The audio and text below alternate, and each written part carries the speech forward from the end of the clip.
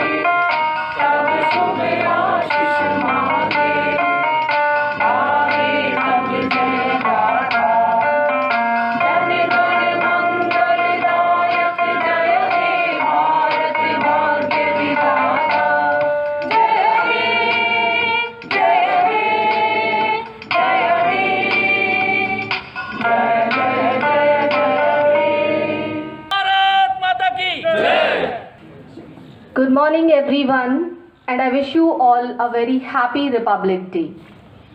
Today, on this auspicious occasion, we are here once again defying all the forces which conspire to keep us shackled. Our presence and the zeal behind celebrating this day clearly delineates that our will to live a free life, it is never dying and it is the strongest. The words of a wise man, freedom is nothing but just a chance to be better. On this note, I would like to invite Ms. Ghazala Sheikh, Hikari Coordinator, to put forth her views about the significance of this day. Ma'am, please. A very good morning to our honorable principal, teachers, and my dear students. Republic Day is a national holiday. It honors the date on which the Constitution of India came into effect and which helped us to become the biggest democracy in the whole world. It is because of this historic day we raise our heads in pride and walk the walk towards the future. In the end, I would like to conclude a very happy Republic Day to all. Jai Hind, Jai Bharat. Thank you so much. Thank you, ma'am, for this valuable information. Now, I would invite Ms. Aarti Soni to deliver her Hindi speech and to tell us more about the importance of Republic Day. Ma'am, please. Vande Bharat. माननीय प्राचार्य महोदय, तमाम साथीगण, आप सबको 72वें गणतंत्र दिवस की हार्दिक शुभकामनाएं।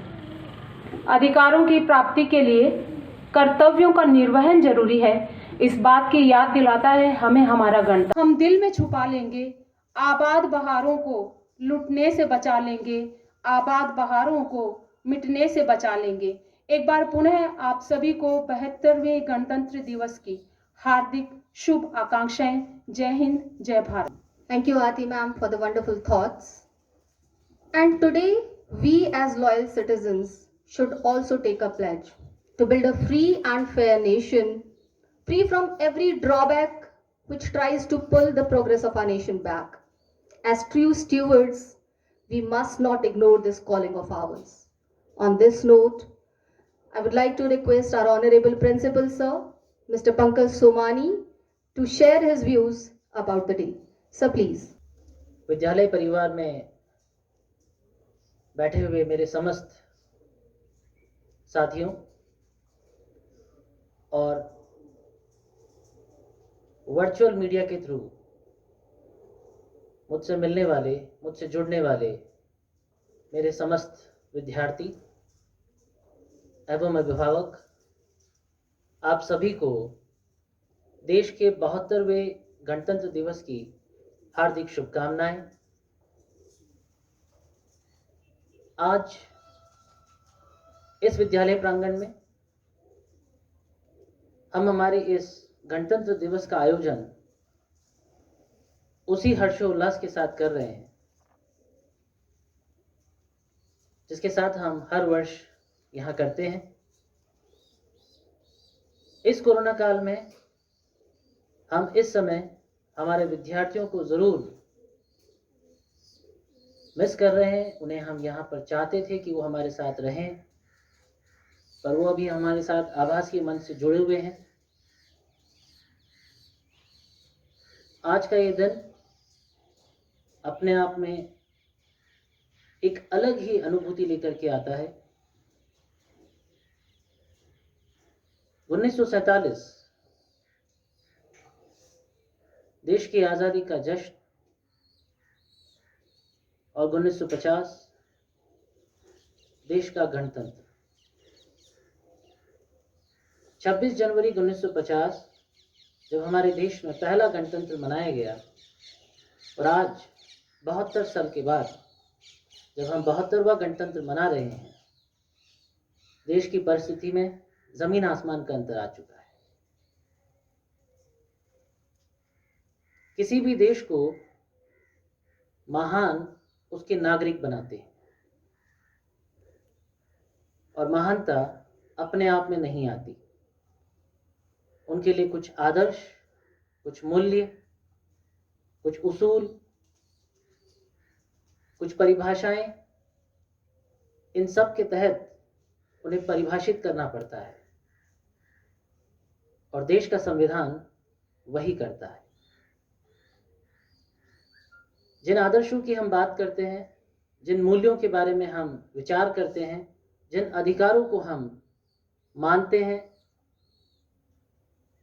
और जिन अधिकारों के तहत हम अपनी बात को रखना चाहते हैं, ये सारा हमें संविधान के तहत मिलता है। लेकिन संविधान का मतलब सिर्फ ये नहीं है कि कॉन्स्टिट्यूशन ऑफ इंडिया या कॉन्स्टिट्यूशन ऑफ एनी कंट्री। इसका मतलब है कुछ ऐसी परिभाषाएं जो हमने खुद ने मिल करके गठित करी, और जिसके लिए हमें सबको एक सुर में मिल करके हाँ भरना है। हम ये जानते हैं कि आज इस परिप्रेक्ष्य में देश जिस मोड़ पे खड़ा है, उस देश के लिए बहुत से युवाओं की आवश्यकता होगी कि उसका एक ऊर्जा जो बन रही है उसको कंटिन्यू किया जाए, उसको निरंतर बढ़ाया जाए। और ये बड़ी ही गर्व की अनुभूति है कि हम इस महत्वपूर्ण कार्य में एक बहुत बड़ा योगदान दे रहे हैं। एक विद्यालय किसी भी नागरिक के जीवन काल का वो आधारभूत स्तंभ होता है जिससे वो सब कुछ सीख करके समाज के लिए कुछ करता है। महज कॉपी किताब में कुछ लिखने से नहीं आता, उन्हें आत्मसात करना पड़ता है, उन्हें गढ़ना पड़ता है, उन्हें मनना पड़ता है, और वो सब कुछ करके दिखाना पड़ता है, जिसके लिए हम सब लोगों ने अपने आप से कुछ वादे किए, कुछ निश्चित लक्ष्य रखे उन सबको पाने के लिए, और जो सपने हमने देखे उन्हें पूरा करने के लिए। आज जितने भी विद्यार्थी हमसे जुड़े हैं उन सब से मैं कहना चाहूँगा कि विद्यालय वो प्रांगण है जो आपको सपनों की उड़ान देने के लिए बना है। आपके सपने सच हों, उसकी पहली सीढ़ी विद्यालय है। इस कोविड परिदृश्य में जब ना विद्यालय संचालित हो पाए, ना विद्यालय से हम सीधे तरीके से जुड़ पाए, तब सभी विद्यालयों ने मिलकर के ये कोशिश करी कि हम अपने बच्चों के लिए कुछ तकनीक का माध्यम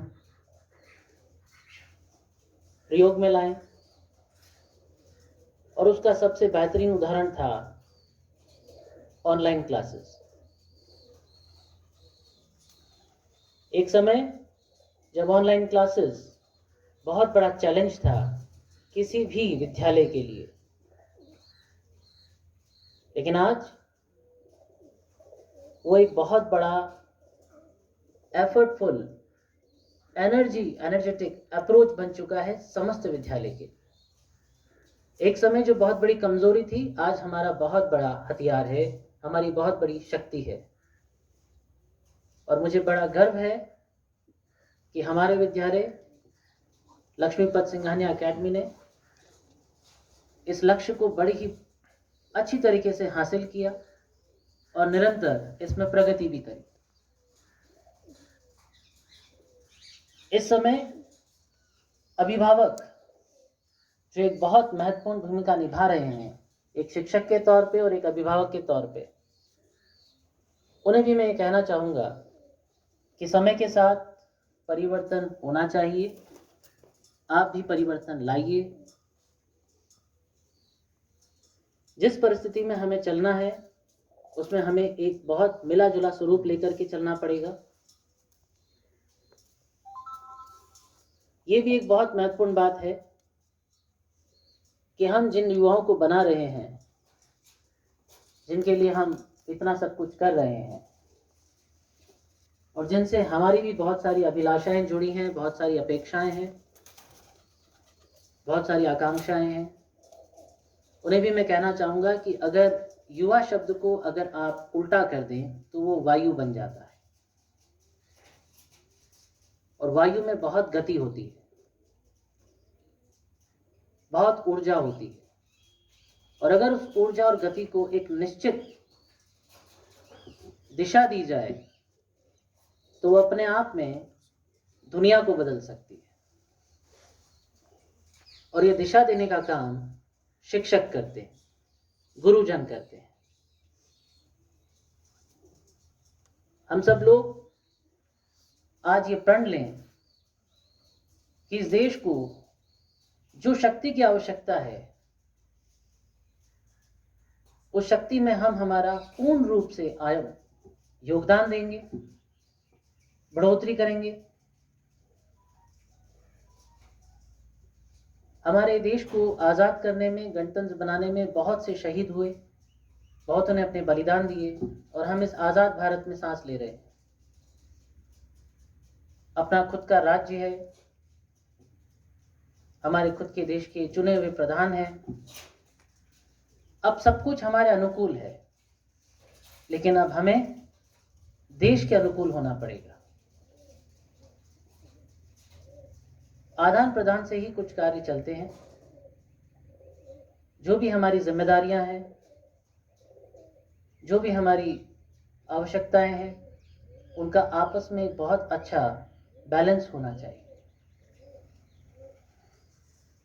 आने वाले समय में हम 2G से 4G, 4G से 5G की तरफ बढ़ रहे हैं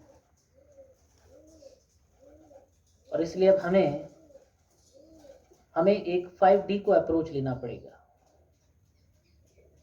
5D का मतलब dream, dedication, determination, discipline and the most is devotion. अगर ये 5D हमारे पास आ गए तो कोई भी हमारी तरक्की को रोक नहीं सकता है। हमें पता है कि कहना आसान है, करना बहुत मुश्किल है। इसीलिए हमने ये प्रयास किया है कि हम जो भी करते हैं उसे लिखते हुए चलते हैं। यदि लिखित में संविधान मिला है तो लिखित में हमारी जिम्मेदारियां भी हैं और वो जिम्मेदारियां अपने आप में इतनी बड़ी हैं कि उन्हें संभालने के लिए हमें अपने आप को बहुत मजबूत करना होगा। आज इस शुभ अवसर पर मैं सभी बच्चों और सभी शिक्षकों से कहना चाहूँगा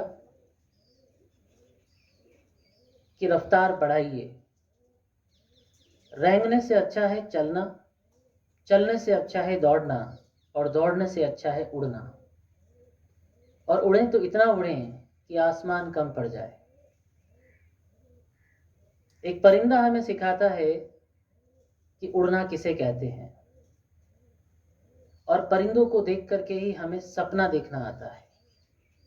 तो अपने सपनों को मत मरने दीजिए, उन्हें जागरूक अवस्था में लेके आइए।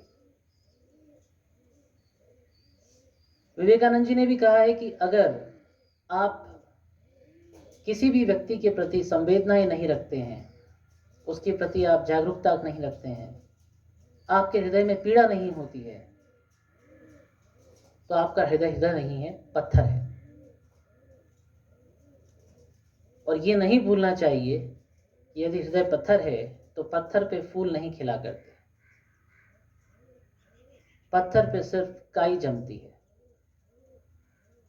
बनना है तो मिट्टी जैसा बनना है, जिसमें सपने अपनी उड़ान ले सके, वो अपनी नई फसल लेकर के आ सके। तो आज हम सब मिलकर के ये प्रण लें कि अपनी जिम्मेदारियों के प्रति पूर्ण आस्था बढ़ाएंगे और उन्हें वास्तविक धरातल पे उतार के लाएंगे। ये वादा हमें खुद से करना है। देश के प्रति प्रतिज्ञा लेना एक नागरिक का कर्तव्य होता है और हमें इस कर्तव्य को पूर्ण रूप से निभाना है। मैं इन्हीं शब्दों के साथ अपनी वाणी को विराम दूंगा कि ज़माने में बहुत से आए और बहुत से गए, ज़माने में बहुत से आए और बहुत से गए, लेकिन नाम उन्हीं का हुआ जिन्होंने अपनी कर्म निष्ठा से अपनी कर्म भूमि को बहुत आगे बढ़ाया।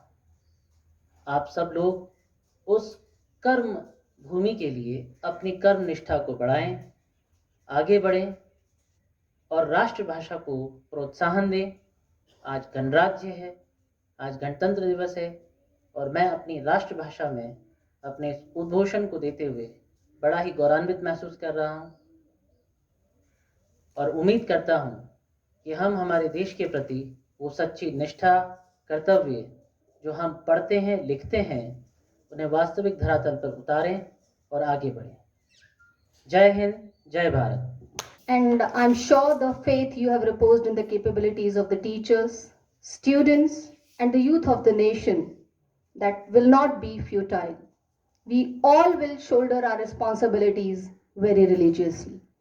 Thank you, sir, for making us understand what are our responsibilities. Now, before we conclude today's program, I would like to thank each one of you who have exhibited exemplary zeal and enthusiasm.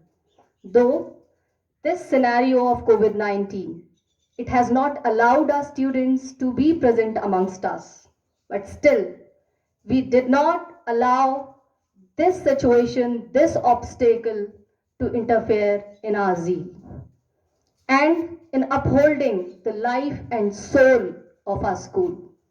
Thank you, everyone. And I also would like to extend my gratitude to all those who are watching this program online for their support as well as the cooperation. Thank you, everyone. A big thanks, everyone. Now, as we have reached at the end of the program, so I request all of you to rise for the national song.